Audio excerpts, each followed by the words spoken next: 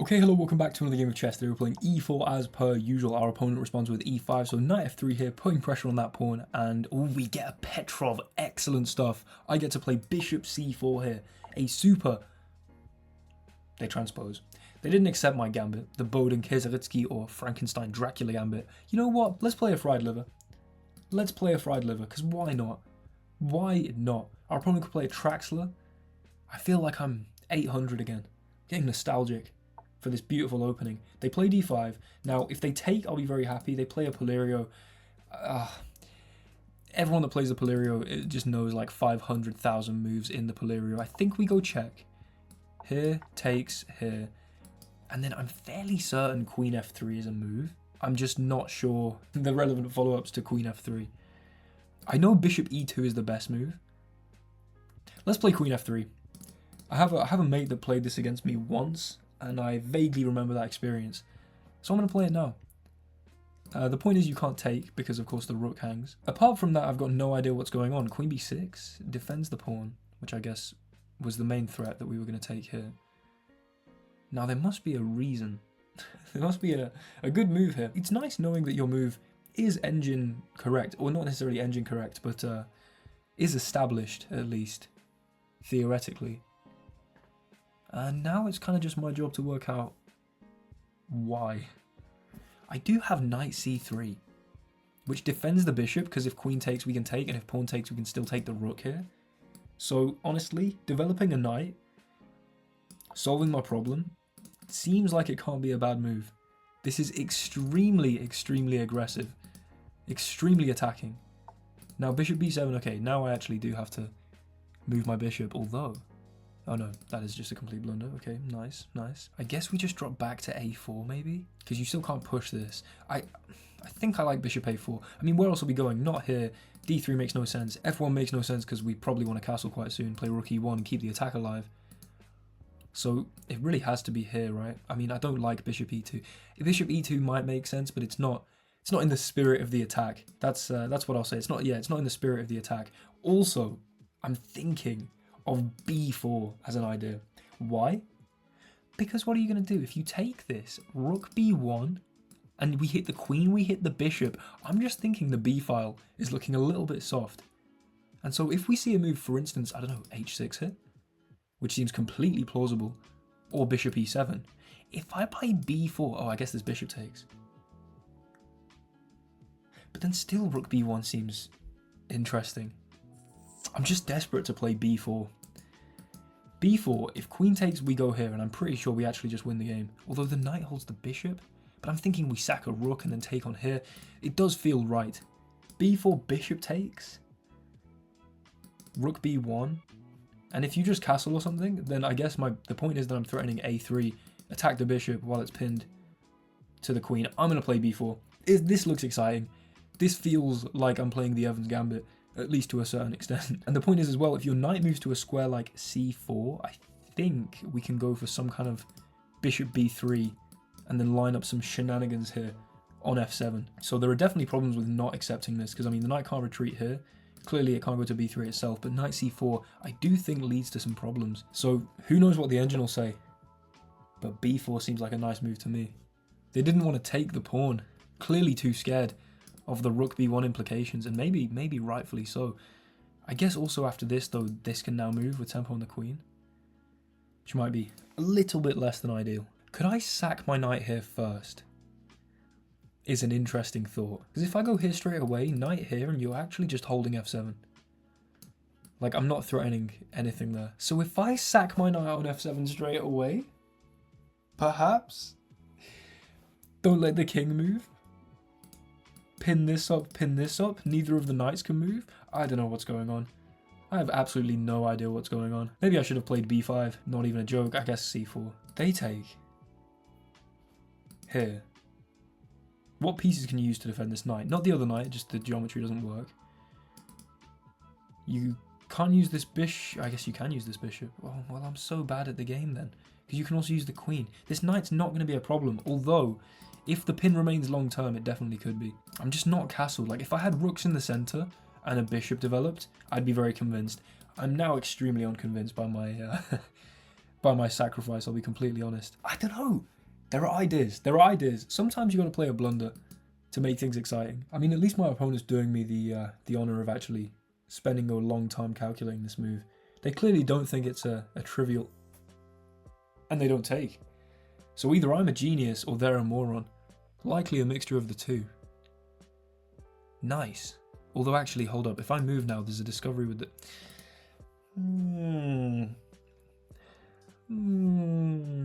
Bishop b3. Bishop b3 is interesting, but c5. But takes? With tempo on the queen? Let's just play bishop b3. I mean, why not? Because if you, the problem is if you go knight here, I mean, then I could just trade, but also I could take on e5. I am a bit worried about the move c5, but again, if I lose my b pawn, it's just an open b file. And I'm going to hopefully be able to castle over here and be safe. We are just up 2 pawns right now. So, you know, trades like this seemingly would be very helpful for me, especially with tempo on a rook with check. So you've got to assume this isn't a move. c5, if I play takes, they take, I take, they take, rook g1. Whoa, they take the pawn. Ooh, now I've got my b file. Now I've got my b file, okay. Although, hold on, can I take? Queen takes. I think we do.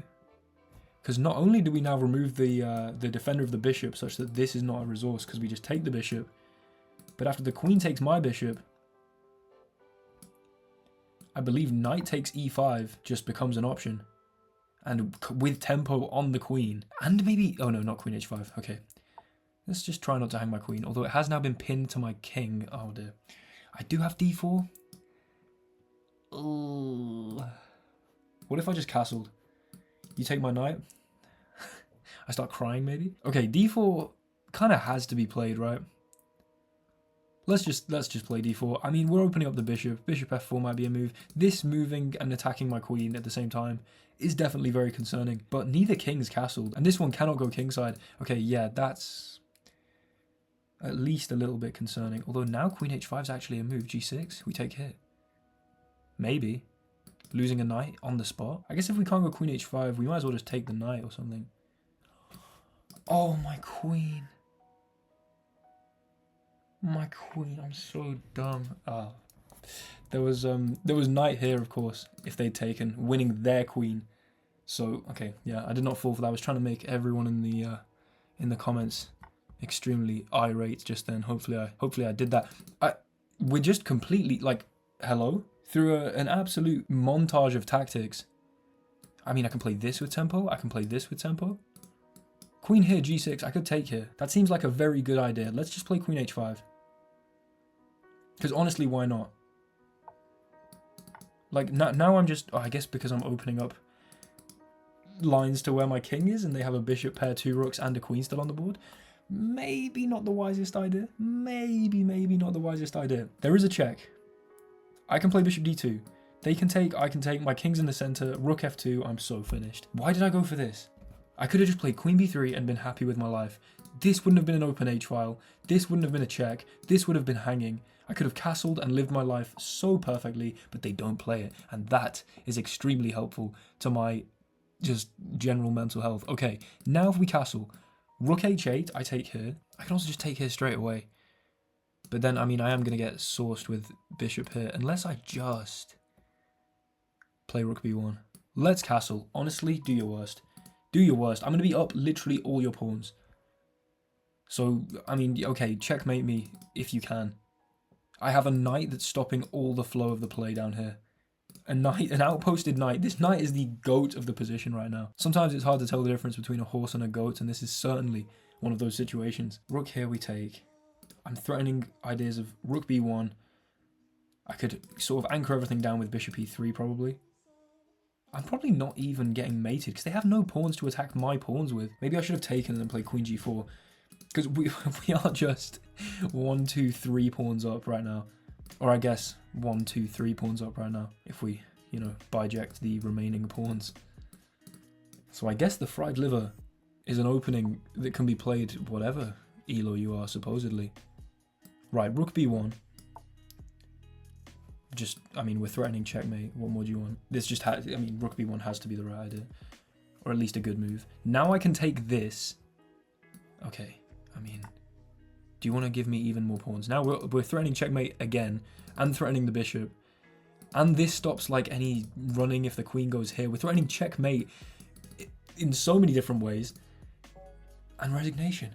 Oh my goodness. A 2261 torn apart by the fried liver. Let's analyze the game. Okay, so here we are in the analysis. Now, the percentage doesn't look gorgeous. I mean, 79 is not exactly what you want to see. However, once you move past this one clear blunder, which was apparently knight c3, no way. It seems relatively, I mean, if you squint your eyes a bit, that seems like a nice exponential curve. With my advantage growing as the game progressed. If you ignore two absolutely humongous divots in said curve, that's a beautiful rise. And certainly after the point of knight d5, this was just well played. Okay, so we went e4. Let's open the Masters database actually, because this position, okay, well, first of all, let me just pause and say, this is the Russian game Italian variation, as you can see here, also known as the Boden-Kiesowicki gambit with knight c3 here. As you can see, this is played at master level. It says mistake, but we can rule out one of the mistakes right there as a book move. So it's not two mistakes, it's just the one that was actually a mistake. Then, knight here, the two knights defense knight attack, famously the fried liver, played 2,631 times at master level by Wesley So against Magnus Carlsen, and he lost. But apparently Levon Aronian has had some actual success. Whoa. Why is Levon Aronian just the goat of the fried liver? No way. So apparently this opening is actually played at master level. I was just under the impression that only beginners played this opening. Okay, so we saw d5, takes, knight a5. That is the move that all the masters play, 86% of them. Taking really allows knight takes here, and then queen f3. And you have to play king e6, and this is actually theory played in 17 master games. And white is slightly better after knight c3, knight here, and then there are some interesting lines, bishop b3, defending the fork, castling, playing rook e1. You don't want a king on e6. It's not a comfortable game. Yes, you're up a bit of material. Doubtless that will not remain, but I mean, classic. We've got Alexei Shirov as one of the top proponents of this line. So instead after takes, they went knight a5. We go check, they go c6. Takes, and I was familiar with bishop e2 as the best move supposedly. However, queen f3, the divine inspiration over the board that I sort of vaguely remember seeing this, apparently is the best move. So there's an even distribution of bishop d3, bishop e2, and queen f3, or relatively even, across all these master games. And queen f3 is just absolutely solid and played quite extensively at the master level, 400 games, okay. The point being that if they take this, we can take the rook. And then after, I mean, you can play on. White's got sort of really big developmental problems here, and has to play things like pawn sacrifices to sort of open up the bishop, etc. Because it's really easy to get toasted, I'd imagine. Like if you play one waiting move, yeah, all of a sudden everything's going wrong. You're just getting cooked, and you have to start sacrificing knights. So maybe I'll look into this more, but I very rarely play the fried liver. I mean, the only way I'm ever going to play the fried liver is transposing from a Petrov with bishop c4 to, instead of takes, knight f6, and transposing into an Italian that way. But I guess I'll look at this in the future. So they play queen b6, which is a mistake supposedly, and then here, apparently knight c3 is a huge blunder. I mean, with a line as delicate as this, I am not surprised that I messed this up, because I have no idea of the theory here. I just played queen f3. Of course that's a blunder. Bishop g4, how am I staying on this diagonal? And if I don't, then thanks. So that's why it's minus 2.7, because I'm just a piece down. It's basically minus 3. Because I'm a piece down. I mean, yes, I have a pawn, there's a bit of compensation, but also I'm not even castled. I'm not even close to developed. This is just... Okay, frankly, I definitely should have seen bishop g4. Apparently the move I needed to play was bishop d3. I suppose maybe I could play c3, bishop c2 later. Or there's ideas on h7 long term. I don't really know. I mean, here, knight c3 apparently, castles. I just leave the bishop here. And then just pray I don't get forked, ever. Although I guess the knight come back here. Okay, you know what? Makes a lot of sense. We're going to move past that blunder, even though it was kind of a stupid blunder. And then, bishop a4 best, okay. b4, one of the top engine moves. Okay. And if you take, then bonjour on the b file.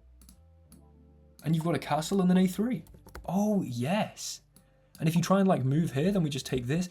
Okay, b4 is great because I'm really happy with that move because it was actually a really aggressive but also really accurate idea. There you go, knight c4. Knight takes f7 wasn't a bad move. Supposedly it's 0.9, although this is 0.3. The point is, this is a playable move because after king takes, bishop b3, as I said, if the bishop comes here, I mean, yeah, I can castle. I was considering playing a4. That might be a big blunder, though. I guess they take. Rook b1. Wow, this pin's actually effective. And if you try and go back, then b5 is a problem. We disconnect stuff. Okay, interesting. Interesting stuff. Okay, so they didn't take, which was a little inaccurate because now when I come back, beautiful. If they'd gone here, I go here. And I'm very happy with that, as I should have been according to the engine. So I go here. Queen takes. I take, and take here. This seems very good. Queen goes back. Why didn't I even think about queen e3? I just played d4 straight away. Okay, you know what? That was definitely dumb. Definitely dumb because I didn't consider any other option. I just thought I had to play this. I didn't even think about queen e3 or queen e2. I didn't think about that at all. I don't know why I didn't. But we defend the knight and open up the bishop. It's not a horrible move, but it's a mistake in the sense that, as you can see graphically, it blunders our advantage from we're doing well to drawing, but then our opponent apparently missed the move, which was to castle queenside. Kind of dank, and I guess that just puts pressure on here. And if I go bishop e3, then you play c5, and then everything's and then like so you castle queenside. That's disgusting. So the idea behind castling queenside is to not just attack the pawn with the rook, because then I'm fine. It's to attack the pawn with the rook and defend the bishop with the king to then make c5 an option, undermine this with tempo on the queen. Nice. That's a really cool move, which I guess I should have just been aware of queen e3 as an option. However, there you go here, and I find knight takes, beautiful stuff, because you take my queen, we go check, the king moves, and funnily enough, the king has to move to here or here, where I will then take this with check and then recapture this. You can't even approach my knight, where that might be nice because after takes you could recapture, or you could save your rook or something.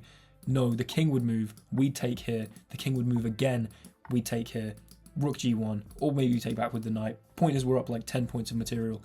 So a nice tactical find. Knight takes. They play pawn takes. Queen h5 best move. G6. Queen takes h7 best move. They castle. We castle. Bishop here. Rook b1 perfect. The bishop drops back. Queen takes h7 and resignation. Because what are you going to do about this? About this? About this? Unreal stuff. The only idea that you could have gone for to stop forced mate is bishop takes pawn, because that holds b8 of course. But then we either take this, or presumably we could take here with check, the king moves, then give a check, then recapture the bishop. I mean, that all seems completely winning. There's just no hope obviously after queen takes a7, and that's exactly why my opponent resigned. I mean, anything else and we are checkmating. Disgusting stuff. Thanks so much for watching. Hopefully you guys enjoyed. That was definitely a game that was a little more out of my comfort zone opening prep wise. I mean, a lot of you watch a lot of my videos and then, you know, you're just seeing me play the Mengarini Sicilian, the Shirov variation against the Caracan, the Blumenfeld Scotch. It's good to, you know, really change it up sometimes and play a freaky line with queen f3 in the Palerio defense of the fried liver attack. Hopefully that provided another level of entertainment for the OGs, and also for anyone just watching because they wanted to watch a game of chess. Hopefully that was entertaining, exciting, and gave you a few ideas in terms of, you know, that move b4, trying to open up the b file. Sacking the knight on f7 was also actually a really nice idea. And apart from playing knight c3 and blundering bishop g4, an unfortunate blemish on an otherwise fairly flawless game if we completely ignore d4 queenside castles. But yeah, thank you so much for watching. Like, comment, and subscribe. This will have been day 6 of the Will Taylor Chess Christmas calendar, the WTCCC. And so if you are enjoying the videos, there have been 6, there will be 18 more, and then potentially one on Christmas Day. Who knows, you might get a little surprise. But yeah, as always, thank you for your support. I'll see you in the next one, which by I mean tomorrow. Goodbye.